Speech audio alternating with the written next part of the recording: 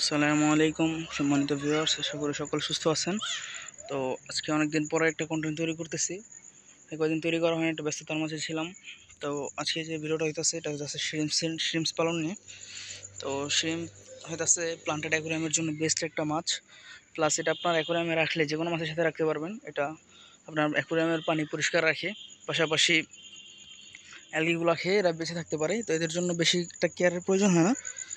তবে এই মাছটা পালনে কিছু জিনিস বিষয়ে যে লক্ষ্য করতে হয় সেগুলো হইতেছে আপনার, যদি এই মাছটাকে হুট করে একটা পানি থেকে আরেকটা পানিতে নিয়ে যান, বা এটার টেম্পারেচার হুট করে ফ্লাকচুয়েট হয়, মানে ওঠানামা করে, তাহলে এই মাছটা দেখা যায় যে আপনার একসাথে হাজার হাজার শত শত মাছ একসাথে মারা যায়। তো এই জিনিসটা দিকে খেয়াল রাখতে হয়। আর প্লাস এটার পানিটা একটু ভালো হইতে হয়। তো দেখেন, আমি এখানে একটা ছোটো একটা জায়গার ভিতরে এটা সেট আপ করছি। অনেকের ধারণা আছে যে আমরা বড় অ্যাকুরিয়াম না হইলে আপনার শ্রিম্পস পালন করা যায় না, আসলে কিন্তু না। আপনি যদি শ্রিম্পস অল্প জায়গার ভিতরে ব্রিডিং করাইতে চান, আপনি অল্প জায়গার ভিতরে খুব ভালো শ্রিম্পস ব্রিডিং করাইতে পারবেন। দেখেন, আমি একটা ছোটো একটা জার নিচ্ছি মাত্র, যেটা আমাদের দোকানে আপনার 150 থেকে 200 টাকার মধ্যে পাওয়া যায় বর্তমানে। এটা আমাদের দেশের যে জারটা আছে ওইটা। তো দেখেন যে এখানে কিন্তু খুব সুন্দরভাবে ওরা চলাচল করতেছে, খাওয়া দাওয়া করতেছে, প্লাস ঘোরাফেরা বেড়াইতেছে। দেখেন এখানে দুটা বড় শ্রিম্প দেখা যাইতেছে, নিচে যে দেখেন পাতার উপর হাঁটাহাঁটি করতেছে।